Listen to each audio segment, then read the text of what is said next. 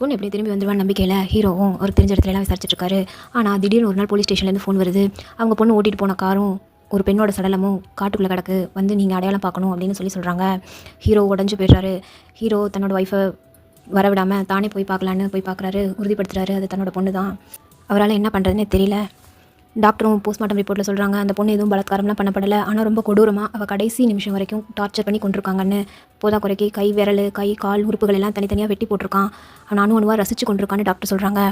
இந்த பக்கம் பார்த்தா திடீர்னு ஹீரோட பொண்ணோட ஃப்ரெண்டு ஹராஸ் பண்ணிட்டு இருந்தான் இல்லையா, அவனை காணாமல் ஒரு தகவல் வருது. அவனை தேட சொல்லி போலீஸ் ஸ்டேஷனில் அவங்க அம்மா கம்ப்ளைண்ட் கொடுக்குறாங்க. திடீர்னு அவங்க அம்மா இந்த போலீஸ்காரனுக்கு ஃபோன் பண்ணுறாங்க. இன்றைக்கி ஒரு பார்சல் வந்தது, அதில் என் பையனோட ஃபோன் இருந்தது அப்படின்னு சொல்கிறாங்க.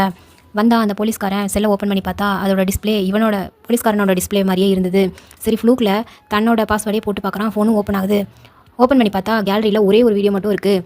அந்த வீடியோவில் நம்ம ஹீரோ ஏதோ பேசுகிறான், என் பொண்ணை கொன்னது இவன் தான் அப்படின்னு சொல்லி பேசிட்டு நாய்களை கலட்டி விட்டு அந்த பையனை கொல்கிற மாதிரி காட்டுறாங்க. ஆனால் ஆக்சுவலாக அந்த பையன் செத்துருக்க மாட்டான்.